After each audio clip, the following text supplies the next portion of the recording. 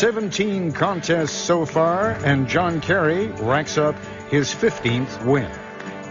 I want to thank the state of Wisconsin for moving this cause and this campaign forward tonight. But a strong showing for John Edwards has him claiming it's now a two-man race. The message was this: objects in your mirror may be closer than they appear. Howard Dean once again lags far behind. What happened? I know that some of you are disappointed because we didn't do as well as we'd hoped we would do in Wisconsin. Tonight, vote 2004, the Wisconsin primary. From ABC News.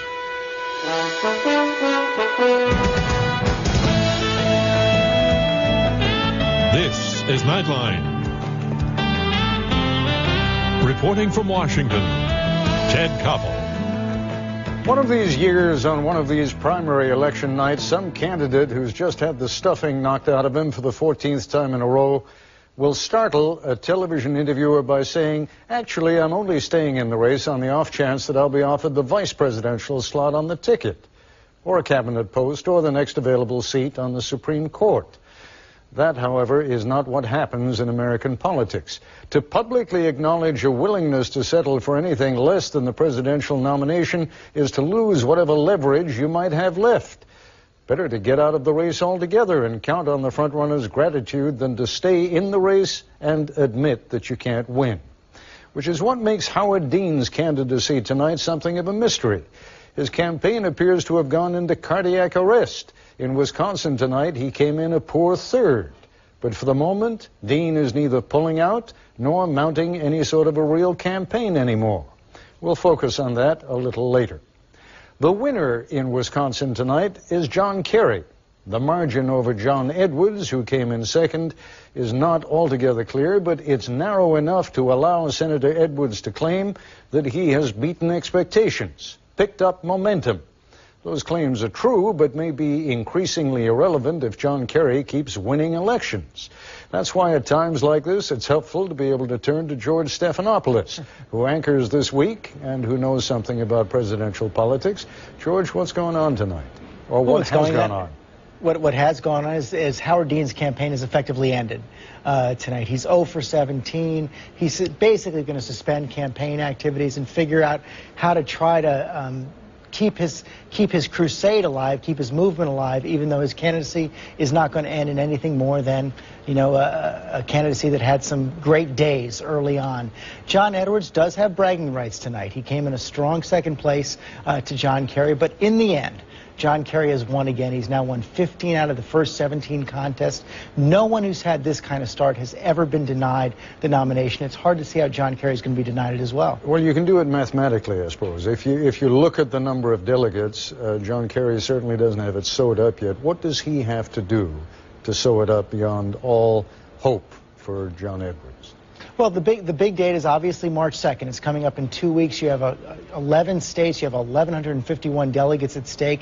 Big states like New York, California, Ohio, Georgia. What he has to do is win a majority of delegates on that day. He already has 3 times the number of delegates that John Edwards has right now. If he has decisive wins on that day, he'll basically lock it up. But John Edwards now has what he wants. He does have a two-man race for these next 2 weeks. He's not only hoping perhaps to strengthen his chance for the vice presidency, but he's also hoping that in 2 weeks, a long time in politics, some bad stories can break on John Kerry, and he might be able to pull a big surprise on March 2nd. Is there anything he can do proactively to take it away from John Kerry, or does he have to count on John Kerry making a bad slip or someone putting the banana peel in his path?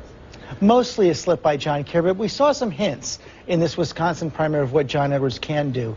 He beat John Kerry on the issue of economy and jobs. He beat John Kerry on the issue of trade. A lot of Democratic primary voters believe that foreign trade is costing American workers jobs. John Edwards very clearly said, I was against a North American free trade agreement. John Kerry was for it. He drew that distinction sharply. He's going to have to draw it even more sharply on March 2nd, particularly in the big states of Ohio and Georgia. Very quickly, George, the Kerry campaign, obviously, as recently as a couple of days ago, was hoping for a much bigger win than this. What went wrong?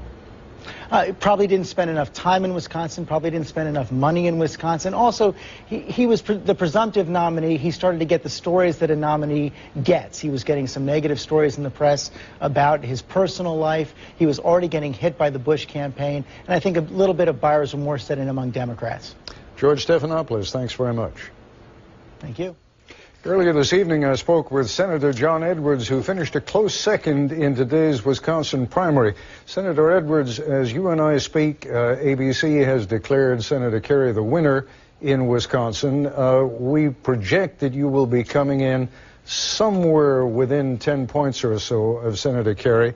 Does that constitute a good finish as far as you're concerned? Because when all is said and done, you still came in second. Oh, it's a huge surge. I mean, I was behind Senator Kerry by 30 to 35 points 3 days ago. And what's happened, I think, is people are responding to my message of protecting jobs and creating jobs. We had a great debate Sunday night here in Wisconsin, and yesterday I got the endorsement of the largest newspaper in Wisconsin, and they made the case that I was the most electable. And if you look at the exit results, apparently I had a big lead over Senator Kerry among independents, who we have to get to win the general election in the fall. Explain to me how this works ultimately, because there does come a point when if you keep on coming in second, someone's going to say, sorry, but you are not the nominee. I think the way it works is we're now clearly to a two-person race. That's what I've been waiting for, Ted, for weeks now. And it's now clear that it's Senator Kerry and myself. I think the focus will be on the two of us, the differences between us, the strengths that each of us bring to the race against George Bush. If you've been looking at it, I saw a national poll today that showed him going down and me surging up. Now, I think this is going to be a very competitive race going into Super Tuesday, and I'm looking forward to it. Tell me what the 2 or 3 issues are that so differentiate your candidacy from his that people are going to be able to look at that and say, I get it, I understand, it's got to be Edwards, not Kerry. I think the single biggest issue is jobs, Ted, and trade. You know, Senator Kerry has a legitimate position, but it's different than mine. He supported NAFTA, has supported a whole group of trade agreements. I was against NAFTA, have been against a number of the trade agreements that he supported. And for me, this is not just economic policy and trade policy. It's very personal.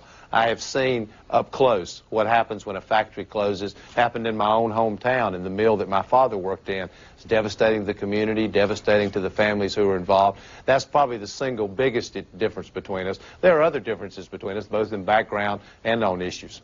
Now, when I asked you to give me 3, you gave me the one that I've heard over and over again, and I've heard you make that speech about your background, yes. And it's clearly moved a lot of people, but what are the other issues that differentiate? I mean, I'm sure Senator Kerry would say he's also for the creation of as many jobs as possible. What else differentiates the two of you? Well, I can give you 2 other examples. On the issue of the struggles of the middle class, Senator Kerry talks about the struggles of the middle class, as do I, but I've laid out the most comprehensive plan about how we strengthen and expand the middle class, helping them save, helping them invest, cracking down on predatory lenders and payday lenders and credit card companies. This is something special and unique to me. I'm the candidate in this race that has consistently talked about lifting the 35 million Americans who live in poverty out of poverty. I think it's a moral issue, something I feel deeply about, something I talk about much more and more consistently than Senator Kerry. So there are 3 issues. I think there are actually more, but those are 3 of the big ones. These are all economic issues. What about the differences between the two of you on foreign policy? Are there any? I think there aren't great differences between us. I think both of us believe that we need to internationalize what's happening in Iraq. Both of us believe America needs to lead and be strong, but we need to lead in a way that works with the international community and doesn't alienate them. I don't think there are huge differences between us on how America leads around the world. Senator Edwards, again, as you point out, you've come a long way from where you were a few days ago. I congratulate you on that. Look forward to talking to you as this campaign goes along. Thank you, sir. Thanks, Ted. Thanks for having me. One day you're the front runner, the next everyone around you is saying, time to get out. Dr. Dean's Wild Ride when we come back. This is ABC News Nightline, brought to you by Circuit City. In the Democratic contest so far, Howard Dean is batting 0 for 17. ABC's Dan Harris has been covering the former Vermont governor. I understand that a certain fatalistic realism is setting in among his staff. Well, there's a little bifurcation. The official line is this guy is still in the race. He goes back home to Burlington, Vermont tomorrow to talk to his supporters and his staffers and figure things out, and we won't hear any official announcement until Thursday. Unofficially, I was speaking to one of his spokespeople after the event tonight. I turned to her and I said, "This is the last real speech of the campaign, isn't it?" And she said, "Yeah, it is." And then we talked about how strong he was in the speech, and she looked down, started to cry, and walked away. What do you think are Dr. Dean's options at this point? Well, there seem to be two camps in his campaign right now. There are people within the campaign who are arguing seriously that he should back John Edwards and drop out. Throw his support to John Edwards as a way to block John Kerry. Many of the people on the campaign and on the campaign website are very strongly anti-Kerry.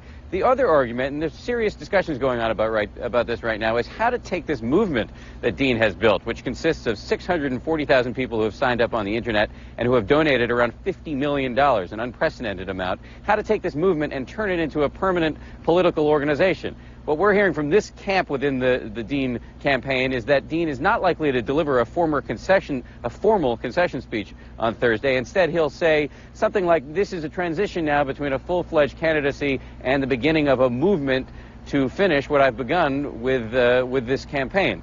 Now, anytime you talk about Howard Dean, though, you have to have the following caveat. This is an unpredictable guy, and everything is subject to change. I was going to say, if he's going to do what you've just laid out there, that sort of precludes him endorsing either candidate. Right, and that's why I think there's this internal struggle going on in the campaign. But anybody you talk to from the campaign will say, yeah, we can voice our opinions, but nobody knows what Howard Dean is going to do except for Howard Dean. And right now, he's really acting from the gut, so it's going to be interesting to see what happens. Dan Harris, thanks very much. So how and why did Howard Dean fall so far, so fast? Here's ABC News senior correspondent Jim Wooten. Today I announce that I am running for the presidency of the United States of America. Imagine for a moment, imagine that after months and months and miles, after hundreds of speeches in dozens of states to thousands of people cheering and shouting, imagine after all that, it's all over. And although the Democrats in the country won't soon forget the Dean campaign, it'll be remembered primarily not for its amazing rise, but rather its precipitous fall. Howard Dean lived every long shot's dream, seemed to have the nomination within his reach, if not his grasp. His face famous on magazine covers, national news broadcasts. One of them, this man, former Vermont Governor Howard Dean.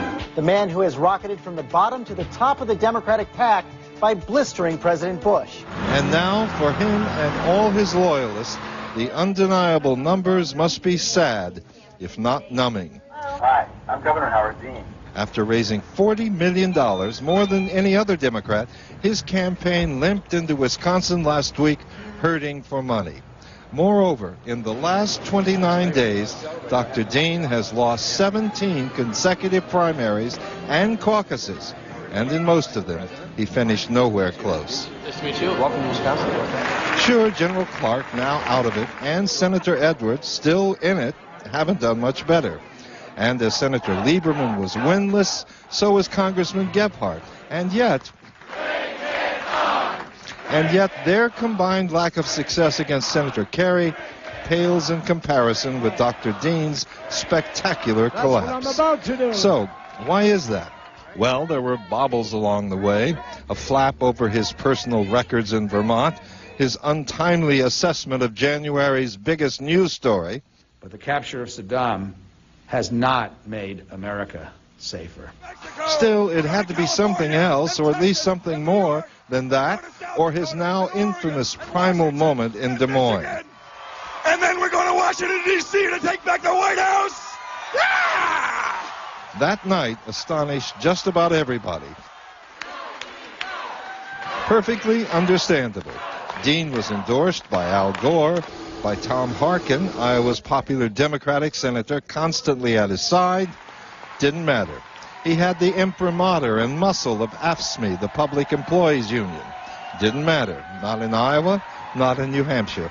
In fact, nothing he said... I don't think it's enough to change presidents. I think we need a real change in Washington. And nothing he did seemed to make any difference. He introduced his nearly invisible wife to a primetime audience. Temper? How often does he lose his temper around you? I I can't remember the last time. He just doesn't get that angry. Hi, Dave. He tried a little humor on David Letterman. And the number one way Howard Dean can turn things around? Oh, I don't know. Maybe fewer crazy red-faced rants? Funny, but it didn't matter. His campaign manager, Joe Trippi, was replaced by a more experienced pro. Didn't matter. Yet everywhere Democrats were voting, north and south, coast to coast, day after day, Howard Dean labored on. And still, it didn't matter anywhere. In Wisconsin today, there was some effort to make some sense of it. He's extremely passionate about it, and I think ultimately that was his end, because you have to be able to temper that passion with a little bit of just, you know, I don't know, civility almost. It's odd, isn't it? Few in his party disagreed with his positions, and he was applauded for the way he'd energized so many demoralized Democrats. Maybe a few voters were put off by some of Dr. Dean's edgier moments, and perhaps a few more by the absence of his wife from his campaign. But when the postmortems for 2004 are finally finished, the most likely explanation for the implosion of his campaign is this. Thousands of voters who were impressed with Dr. Dean and agreed with him, in the end, rejected him. That was evident even today, as Dean's still eager volunteers went looking for one more vote. Have you decided whom you're going to vote for? I'm thinking we're going with Kerry. I still think Kerry's the man. Alas. So in the end, here in Wisconsin, where the winter's as frozen as Howard Dean's future, here and everywhere, nothing really mattered except electability. And that cost him the prize. Close for a while, but no cigar. I'm Jim Wooten for Nightline in Madison, Wisconsin. Thank you. You all make me so happy. So is this a two-man race now? That conversation and more ruminations on Governor Dean when we come back. My guest tonight, Mike Murphy, a political and media consultant whose clients have included Senator John McCain and Governor Arnold Schwarzenegger, and Ron Klain, Chief of Staff of Vice President Al Gore, and an advisor to the presidential campaign of General Wesley Clark. All right, Murphy, I'm tired of buttering you up week after week and getting nothing but banalities. Give me a blinding insight here. What went wrong with the Dean campaign? Oh, Howard Dean forgot the big trick of the voters, which is they change the way they look at you once you're successful. He was a great insurgent, screaming, you know, throwing lightning bolts. But when he got to the top, people started to see, could this guy be a president? And he wasn't ready to ride the wave he created. Campaign completely imploded. Now, does that mean, Ron Klain, that Senator Kerry has the same problem to worry about? I don't think so. I agree with Mike that I think that Howard Dean was a great candidate to send a message, but once the message got sent, the voters wanted George Bush out of office. Democrats looked for someone else to be their next president. And I think John Kerry has done that. He's had an amazing record of success in the primaries. He won again tonight, and he did very well in Wisconsin among core Democratic voters. He clearly has the strong grasp on the voters he needs to get the Democratic nomination. If that is now so blindingly obvious, why did your former boss, Al Gore, endorse Howard Dean? Well, I think it was perhaps less obvious back then, and, you know, Vice President Gore needs to speak for himself. I supported Wes Clark. I think Democrats were looking for a future president, and I think that in a number of the candidates, but now clearly in Senator Kerry, we have someone who can take on George Bush and beat him this November, and that's, I think, what Democratic voters are most focused on right now. Mike, I must say I liked that line that Senator Edwards had tonight about sort of looking in the mirror. You know, things always look a little smaller when you're looking at them. I guess he meant in the rearview mirror, by which I guess he meant, watch out there, Senator Kerry. I'm pulling up on your outside there and pulling up real fast. Does he have a chance? I think he does, but it's slim. Edwards is a better candidate than Kerry. He's also more dangerous in the general election. If he'd had 2 more days in Wisconsin, I think he would have beat Kerry. The problem is, in 2 weeks, he's got a very big field of states where he has to break through. So far, he's been the king of almost breaking through. That won't nominate you. But if he can do well in Ohio, California, New York, and his home area of Georgia, which will be a big lift, but he has 2 weeks and about 12 media markets to go do it in, the week after that is all Southern. Texas, Florida, Mississippi, other places, he could break out. Now, with the exception of South Carolina, he didn't do that well. I mean, he didn't do well in Virginia. Right. But he doesn't have Wesley Clark around to take a hunk of vote he ought to compete for. He's got a narrow chance. I think we had a classic, probably a dead cat bounce here where he looks more alive than he is, but he does have a sliver of hope, and he's a good... When he parks in one state, he can beat somebody. The problem is he has a lot of states to handle and not enough money to magnify his campaign. So he's a long shot, but not completely impossible. Glimmer of hope for him. Ron? I think a glimmer. I mean, look, he did very well tonight in Wisconsin because Wisconsin is a state that allows Republicans to vote in the Democratic primary. Edwards did very well among Republicans and independent voters. Kerry won overwhelmingly among Democrats. It's Democrats who will vote in the primaries on Super Tuesday. That's a good sign for John Kerry. A good sign for Democrats overall, though, is that Wisconsin tonight, it's a state that Al Gore won by 7,000 votes in 2000. About 250,000 independents and Republicans showed up today to vote in the Democratic primary. That's a good sign for Democrats. It's got to be very troubling to the White House that there's that kind of turnout of independents and Republicans in a Democratic primary in Wisconsin. You couldn't see him, but Mike Murphy is looking particularly belligerent right now. Well, there's just one fact here. I hate to get into a political analysis with facts, but Kerry did great with the voters that have nothing to do with beating the president. Edwards did well with the swing voters, the independents who came into the Democratic primary. Kerry did well with the base Dukakis kind of voters that'll get you 42% in a general election.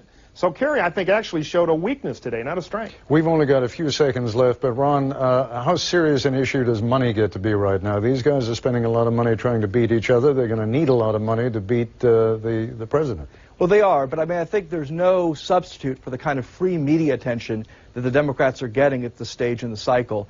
And I think that if everyone went away and John Kerry was left to play alone, there wouldn't be a lot of attention. You know, to some extent, John Edwards is like the Washington Generals to John Kerry's Harlem Globetrotters. It's very good for Kerry to win week after week after week. If he has no one to play, no one's going to show up to watch the game. And I think getting that free media attention is the most important thing for the Kerry campaign right now. Ron, Mike, we got to go. Thank you both very much. I'll be back in a moment.